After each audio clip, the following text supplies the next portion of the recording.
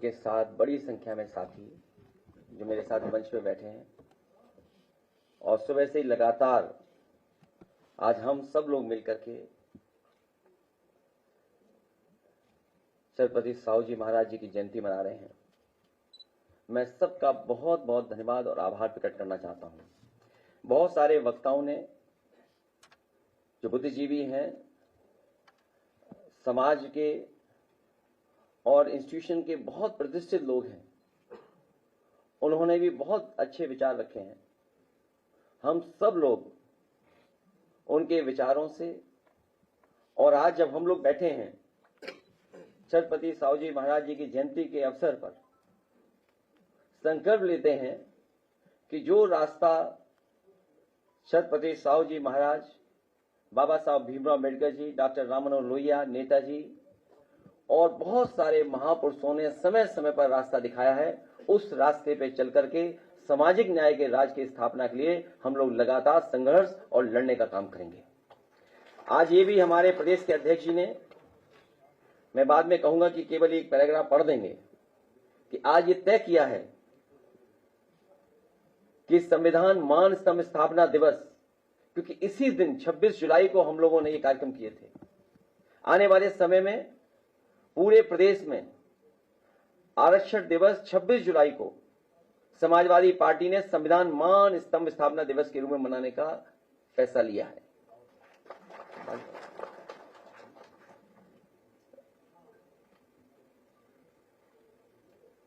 हम और आप लोग देखते हैं कि भारतीय जनता पार्टी सत्ता में पहुंचने के लिए संविधान का तो इस्तेमाल करती है, संविधान के बारे में चर्चा तो करती है, संविधान पर चलने की और संविधान को मानने की बात करती है सत्ता में आने तक।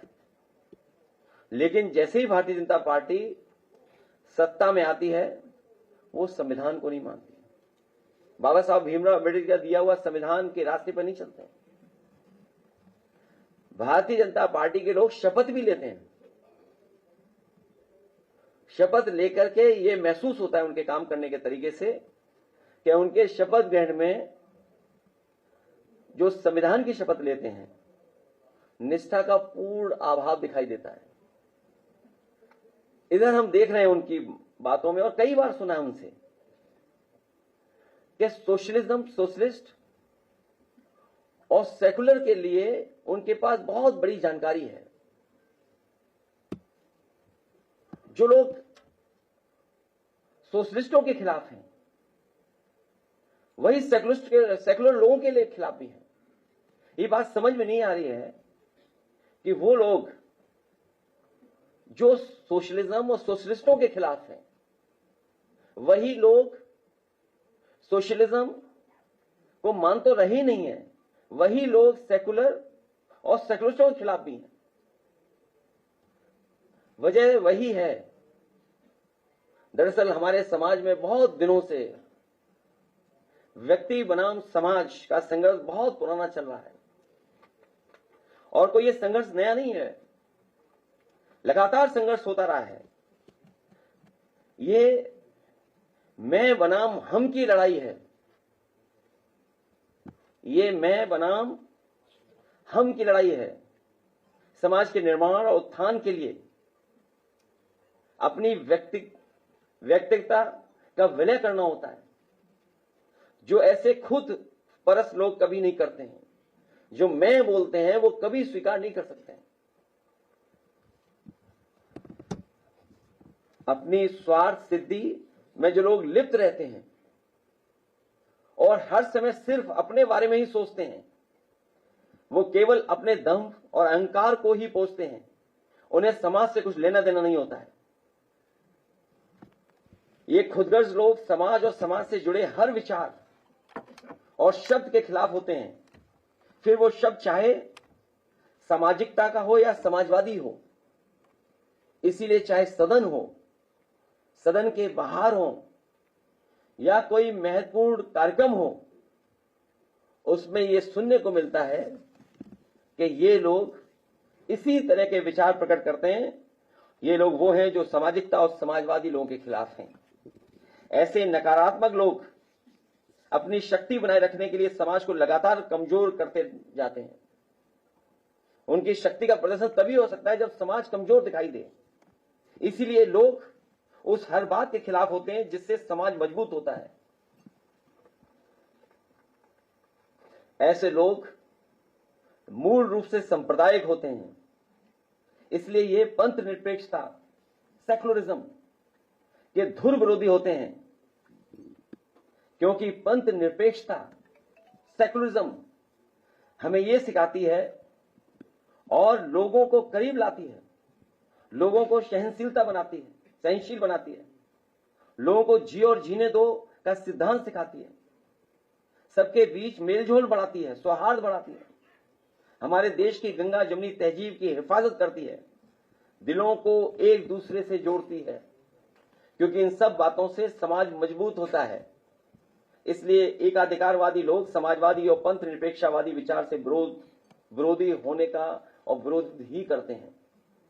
सोशलिस्ट और सेकुलर होने के लिए बड़े दिल वाला होना चाहिए। सोशलिस्ट और सेकुलरिस्ट होने के लिए बड़ा दिल वाला होना चाहिए, बड़ा दिल करना पड़ता है। इसलिए हार्टलेस लोग इसका हमेशा विरोध करते हैं और ये विरोध हमेशा करते रहेंगे। इसलिए हार्मोनियस पॉजिटिव पॉलिटिक्स की बुनियादी बातें हैं जिन्हें कम्युनल नेगेटिव पॉलिटिक्स करने वाले कभी भी स्वीकार नहीं कर सकते, क्योंकि इनकी आधार ही कम्युनल है। इसलिए कभी भी ये समाज में एकजुटता नहीं स्वीकार कर सकते, समाज में हार्मोनी हो उसको स्वीकार नहीं कर सकते। इसलिए ये लोग पीडीए के भी विरोधी हैं, क्योंकि पीडीए पीड़ा के एक सूत्र से बंधे लोग हैं। जितने भी पीडीए के लोग हैं, हम सब किसी न किसी एक पीड़ा से जुड़े हुए लोग हैं, एक दूसरे से बंधे लोग हैं। उनकी एकता और एकजुटता से व्यक्तिवादी नेगेटिव लोगों के लिए चुनौती बनकर के आती है। उनकी सदियों से चली आ रही सत्ता की सोच को ये पीडीए की ताकत हिला रही है, इसलिए ये लोग नेगेटिव हैं। ऐसे व्यक्तिवादी सोच के लोग प्रभुत्ववादी और वर्चस्ववादी होते हैं, जो दूसरों का उत्पीड़न समय समय पर करते हैं। प्रभुत्ववादी लोग, वर्चस्ववादी लोग, समाज में हमें देखने को मिलता है कि वो हमेशा उत्पीड़न, अन्याय करते हैं। प्रभुत्ववादी अपने को दूसरे से ऊपर समझते हैं। ये सोच ही है ऊपर नीचे के वर्टिकल डिवीजन को जन्म देती है। ऊपर होने से ही वो अपना प्रभुत्व कायम रख सकते हैं, अपना वर्चस्व बनाए रख सकते हैं। इसलिए पीडीए की पॉजिटिव पॉलिटिक्स है, नेगेटिव लोगों को कभी स्वीकार नहीं हो सकती है। ये पीडीए हमारी पॉजिटिव पॉलिटिक्स है, डेवलपमेंट की पॉलिटिक्स है, आगे की सोच को आगे बढ़ाने की सोच है। इसलिए ये नकारात्मक लोग, नेगेटिव लोग कभी भी स्वीकार नहीं कर सकते पीडीए की ताकत को। ये लोग विभाजनकारी होते हैं, जो समाज को तोड़ते हैं, जबकि पिछड़े पीडीए के लोग, दलित, अल्पसंख्यक, आदिवासी भाई, सब समाज के उन अच्छे लोगों को जोड़ते हैं जो सहृदय हैं। सोशलिस्ट एंड सेकुलर का विरोध अप्रत्यक्ष रूप से संविधान का ही विरोध है, और संविधान का विरोध दरअसल सामाजिक न्याय का विरोध है और आरक्षण का भी, जो बराबरी नहीं लाना चाहते हैं। समाज में लोगों के बीच में जो गैर बराबरी है उसको खत्म नहीं करना चाहते हैं, वही लोग खिलाफ हैं, वही लोग नेगेटिव हैं, वही सामाजिक न्याय के विरोधी हैं, वही संविधान के विरोधी हैं। जो संविधान के विरोधी हैं वही आरक्षण के विरोधी हैं। जो लोग सियासी नुकसान के डर से सीधे सीधे संविधान और आरक्षण के विरोध में नहीं बोल पाते हैं, वो लोग घुमा फिरा करके सोशलिस्ट और सेकुलर के खिलाफ बोलते हैं। जो लोग संविधान के खिलाफ सीधा सीधा नहीं बोल पा रहे हैं, इसीलिए वो सेकुलर और सोशलिस्ट लोग खिलाफ बोलते हैं, क्योंकि संविधान और आरक्षण के खिलाफ सीधा सीधा बोलने से उनको लगता है कि उनका वोट खिसक जाएगा। पीडीए लोगों के संविधान विरोधी मंसूबे कभी पूरे नहीं होने देंगे। पीडीए जन अधिकार का ऐलान है। एकाधिकार के मुकाबले जनाधिकार जीतेगा, और मैंने कई मौकों पर कहा है, एनडीए नेगेटिव लोगों का नारा है, पीडीए पॉजिटिव लोगों का नारा है। मैं आप सबका बहुत बहुत धन्यवाद देता हूं प्रेस के लिए। 2017 से अब तक जो उत्तर प्रदेश में दलित और अल्पसंख्यक ओबीसी पे जो अत्याचार बढ़े हैं और इसमें सामाजिक भेदभाव भी बढ़ा है और पुलिस की निष्क्रियता रही है, पुलिस हमेशा खामोश रही है, सेकुलरिज्म को खत्म करने की बात करती है, तो इसमें सरकार का पूरा हाथ रहता है। मनोबल वहीं से बढ़ता है, सरकार से बढ़ाया जाता है। जो मनोबल है वो सरकार से ही बढ़ाया जाता है। इसीलिए समय समय पर हम लोग सुनते हैं और अखबारों में पढ़ने को मिलता है, पार्टी के संगठन के माध्यम से जानकारी होती है कि कितना अन्याय जमीन पर हो रहा है। अगर कोई बारात लेकर के निकलना चाहता है, दूल्हा घोड़े पे बैठ करके जाना चाहता है, अगर कोई नई शादी में चप्पल पहन करके किसी घर के सामने से निकलता है, तो अन्याय की सब सीमा लांघ जाते हैं। और लगातार 9 सालों में जो लोग जीरो टॉलरेंस की बात कर रहे थे, न्याय देने की बात कर रहे थे, सबका साथ सबका विकास की बात कर रहे थे, उन्हीं की सरकार में महिलाओं पर सबसे ज्यादा उत्पीड़न हो रहा है।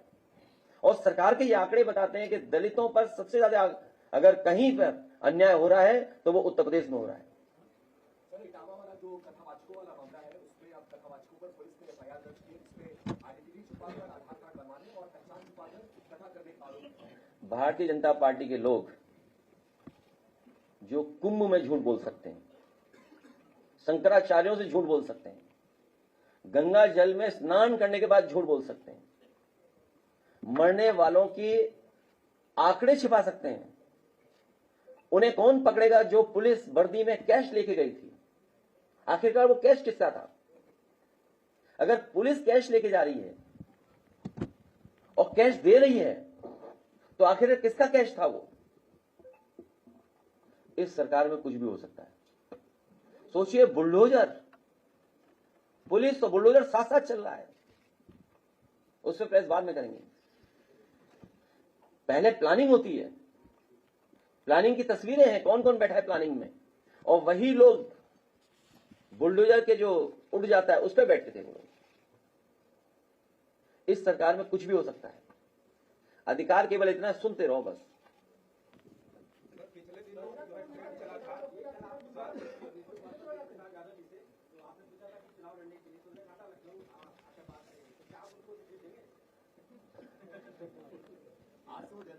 हालांकि मुझे नहीं पता था कि इतना सीरियस बात हो जाएगी। स्वाभाविक है, ये तो नई टेक्नोलॉजी है और हमारा उनसे संबंध भी है और पूरे परिवार से संबंध अच्छे हैं। और क्योंकि उनका कॉल आया था 2 बार, तो मुझे लगा कि कोई इमरजेंसी तो नहीं है, तो उसी कॉल को मैंने दोबारा रीडायल कर दिया, तो वो वीडियो कॉल था। तो अब जब वीडियो कॉल उठ जाएगा तो आप काटेंगे तो वो भी सिविलाइज्ड नहीं लगता है। तो हम पॉलिटिकल लोग क्या पूछेंगे? यही पूछेंगे ना, चुनाव लड़ रहे हो कि नहीं लड़ रहे हो। तो इसलिए मैंने पूछा कि क्योंकि बिहार में माहौल है ऐसा कि चुनाव होने जा रहा है, विधायक हैं वो, इसलिए मैंने पूछा। और मैं आपको एक जानकारी दे दूं, भारतीय जनता पार्टी बहुत बुरी तरह हार रही है, क्योंकि वहां के लोग जान गए हैं कि महाराष्ट्र में जो फार्मूला था ना कि मुख्यमंत्री जी को आगे रखो और बाद में दूसरा मुख्यमंत्री बना दो, बिहार के लोग बहुत समझते हैं ये सब बातें।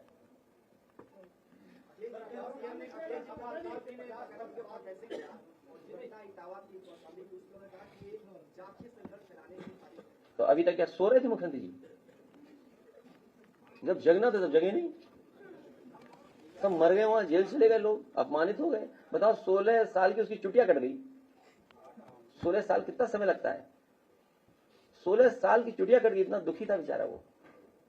अब बताओ, किसी चुटिया काट दो तो कैसा महसूस होगा आपको? बाल काट दो, वो तो बात हम कह नहीं रहे हैं कि कैसे पवित्र किया गया। बताओ, अगर ये बात सच है तो काहे कि हम विश्वगुरु हैं? क्या आपको ये लगता है दुनिया ये नहीं देख रही आपकी? क्या दुनिया नहीं देख रहा? दुनिया के लोग बैठे हुए नहीं देख रहे ये सब चीजें? दुनिया के लोग देख रहे हैं कि भारत में क्या हो रहा है। तभी तो ट्रम्प जी से बार बार खाते हो आप डांट।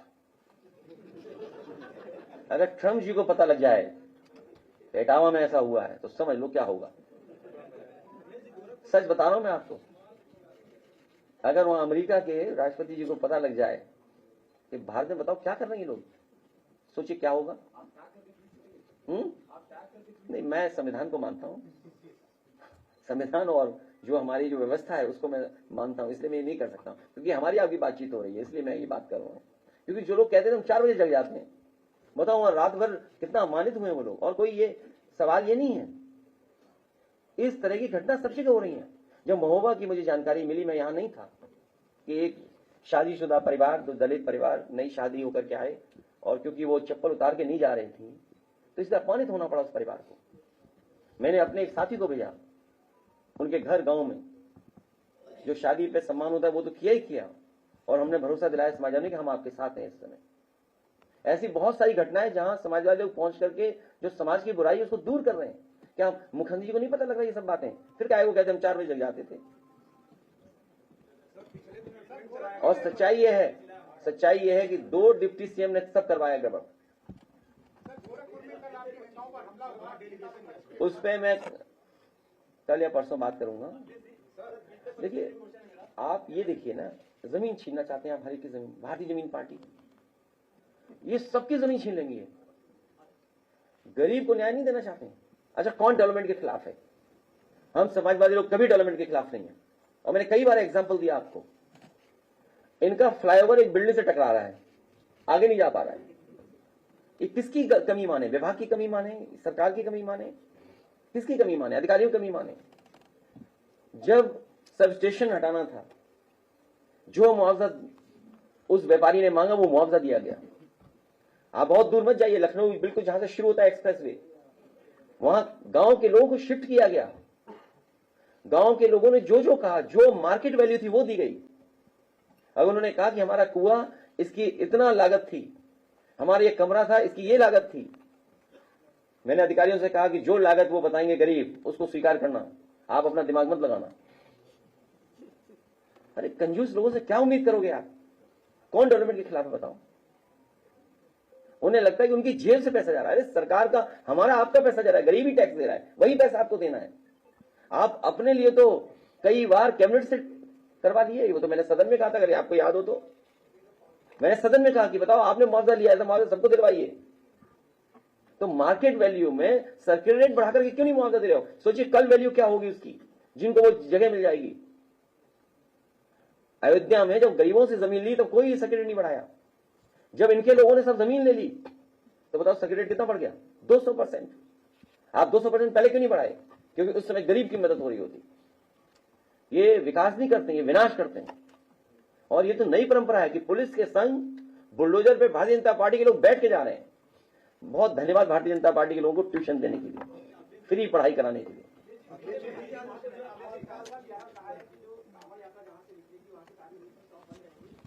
और खुद खाते हैं बीजेपी वाले, उसका कुछ नहीं बोलोगे तुम? चलो ये बातें मत करो, बीजेपी वाले खुद खाते हैं नॉन वेज मीट खाते हैं। और नहीं मानते आप कैमरा लेके जाइए, दुकानों पे कैमरा लगाइए, अगर बीजेपी वाला है उन्हें मीट मत दीजिए। अरे क्या पूछ रहे हो यार तुम? बीजेपी वाले मीट खाते हैं। और मैंने अपनी फ्लाइट में अपने बगल में एक बीजेपी के बड़े नेता को खाते देखा है, नाम नहीं ले सकते, ये बात वो पर्सनल होता है, वो ठीक बात नहीं है। और उत्तराखंड के तो सब लोग नॉनवेज खाते हैं, एम हो जाइए, उत्तराखंड के तो सब लोग नॉनवेज खाते हैं, नहीं खाते क्या? और दूसरी बात नहीं बोलेंगे हम। बताओ, शराब की दुकान 11 बजे तक खुलेगी। अगर आप 11 बजे तक खोल रहे हो शराब की दुकान, तो दुकान वाला 1 बजे तक खुलेगा रात में। आप बताइए, ये देखिए, ये नहीं पूछेंगे कि भाई शराब की दुकान 11 बजे तक खुलने की परमिशन दे दी सरकार ने, जब तुम 11 बजे तक खुलने की परमिशन दे रहे हो तो 1 बजे तक खुलेगा, और कहेगा कि अगर कभी रात में कम हो जाए तो होम डिलीवरी कर देंगे। ये तुम्हें चिंता नहीं है? बीजेपी वाले नॉनवेज खाते हैं।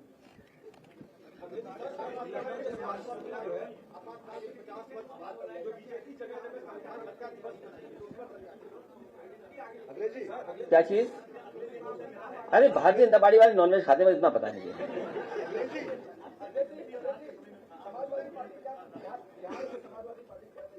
समाजवादी पार्टी तेजस्वी की मदद करेगी,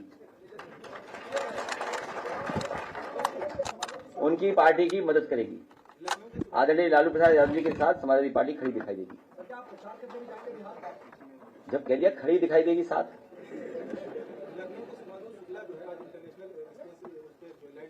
कौन मैं बधाई देना चाहता हूं सुधांशु शुक्ला जी को और उनके परिवार को बहुत बधाई देना चाहता हूं। ऐसे कम लोग होते हैं जिन्हें ऐसा मौका मिलता है, करोड़ों लोगों में एक लोग होते हैं ऐसे। उनको बहुत बधाई, उनका मिशन सफल हो और मिशन सफल के साथ साथ भारत का भी नाम ऊपर हो। जहां भारत का नाम ऊपर बढ़ रहा है वहीं उनके परिवार का भी नाम रोशन उन्होंने किया है।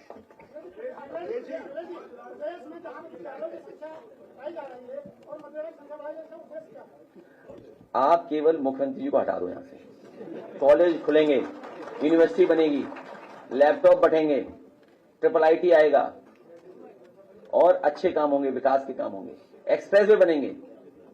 उनका एक्सप्रेसवे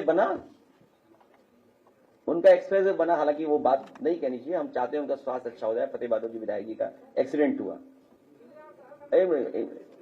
विधायक सुना कि वो उसी लिंक पर चल रहे थे, किसी वजह से कोई कारण होता है, रफ्तार की वजह से एक्सीडेंट हो जाता है। वो स्वस्थ हो, स्वास्थ्य उनका अच्छा हो जाए। लेकिन बात ये समझ में नहीं आ रही है, एक्सरे देखना चाहिए डॉक्टर को, और एक्सरे कौन देख रहा था? ये बात नहीं कहनी चाहिए। मेरठ में संजीव सोम ने बोला है पीडीए का नया नाम दे दिया पाकिस्तान डेवलपमेंट अथॉरिटी।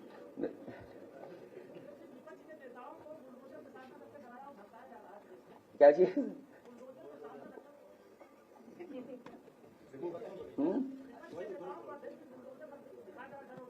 ये प्रेस जब हमारे डेलीगेशन के जो दोनों लीडर ऑपोजिशन गए थे वो लोग और पार्टी के संगठन के जिलाध्यक्ष और हम सब लोगों ने तब चर्चा करेंगे उसमें। और मैंने इतना ही कहा है कि मार्केट वैल्यू देनी चाहिए। सहमति तो आप दबाव करके बना लोगे। सहमति क्या होता है? ऐसो पहुंचा, सहमति पर दस्तखत हो जाएंगे। तो सहमति का मतलब ये हुआ कि आप दबाव बना करके उन्हें मार्केट वैल्यू नहीं देना चाहते हो। अच्छा, आपने अपना मॉल बना लिया, अपने लिए मुआवजा ले लिया, कैबिनेट से पास करके मुआवजा ले लिया। तो जो व्यापारी हैं, दुकानदार हैं, जो वर्षों से वहां काम कर रहे हैं, रह रहे हैं, तो कम से कम उनके प्रति तो इतना होना चाहिए सरकार को कि उनका मुआवजा मार्केट वैल्यू मिले।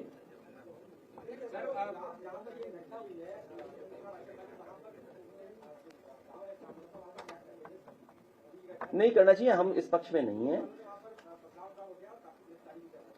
कई बार बीजेपी वाले, क्योंकि बीजेपी वाले बैकफुट पे चले गए, बीजेपी वाले ही किसी न किसी को आगे करेंगे। और मुझे अगर नाम बता दोगे किन लोगों ने अटैक किया, पता कर लेंगे तो आपको भी थोड़ा क्लियर हो जाएगा, हमें भी क्लियर हो जाएगा कि कौन लोग शामिल है उसमें। लेकिन हमने समाजवादी पार्टी से इसीलिए कहा कि कोई भी किसी तरह से व्यवहार खराब नहीं हुआ किसी के ऊपर। और इसीलिए जैसी मुझे जानकारी मिली सुबह, मुझे हमारी पार्टी के कार्यकर्ता ने सुबह 6 बजे तमाम वीडियो डाल दिए थे। मैं उस न्यूज को अवॉइड कर रहा था, इग्नोर कर रहा था। लेकिन जब वो न्यूज और वो लगातार फ्लैश होने लगी तो मैंने तुरंत अपने पार्टी के संगठन के नेता से कहा कि इस परिवार को लेकर के आ जाओ मेरे पास। और इसीलिए मैंने उनका सम्मान किया यहां पर, जिससे समाज में वहां पर दूरी पैदा ना हो। इसीलिए मैंने उन्हें बुला लिया था, क्योंकि बीजेपी चाहती है झगड़ा हो, जातियों में झगड़ा हो, धर्म का झगड़ा हो, तभी तो लाभ उठा पाएंगे। तभी ये मैं और हम का बात है। बीते दिनों आपने गौरीगंज से विधायक राकेश प्रताप को पार्टी से निकाल दिया। उन्होंने आज सुबह एक ट्वीट किया है, कहा क्या आपने भी मोटा पैकेज लेके श्री सेठ जी को राज्यसभा भेजा था? अरे मेरे नासमझ भाई, ये समाजवादी पार्टी है, पार्टनरशिप करने वाली, पैकेज वाली नहीं है। अरे किसी से करना ही होगा तो पार्टनरशिप करेंगे ना। नहीं समझ पाए ये। और देखिए, अरे रुक जाओ, देखिए वो जो टेक्निकल इशू था कि जिसकी वजह से बीजेपी ने मंत्री बना दी थी, ये लोग जाते थे, कई बार हमने आपने तस्वीरें देखी हैं, और उन्हें आश्वासन ये मिल जाता था कि आप मंत्री इसलिए नहीं बन सकते क्योंकि आप बीजेपी में नहीं है, आप समाजवादी पार्टी के विधायक हैं। तो वो टेक्निकल पार्ट हमने हटा दिया। अरे भाई, हम और आप सब लोग इन चीजों में नहीं उलझना चाहते हैं, हम तो शपथ वाली तस्वीर देखना चाहते हैं। नहीं, शपथ मिल जाए तो एक ग्रुप और फिर बाहर करें, उन्हें भी शपथ हो जाए। शपथ दिलवाओ जल्दी। है वो भी एक दिन गुलाम थे सपा के, वो भी सपा के गुलाम रहे। अब छोड़िए, बात मत करिए।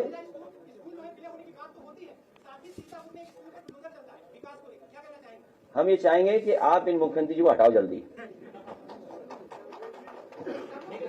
जब ये हटेंगे तभी शिक्षा में सुधार होगा।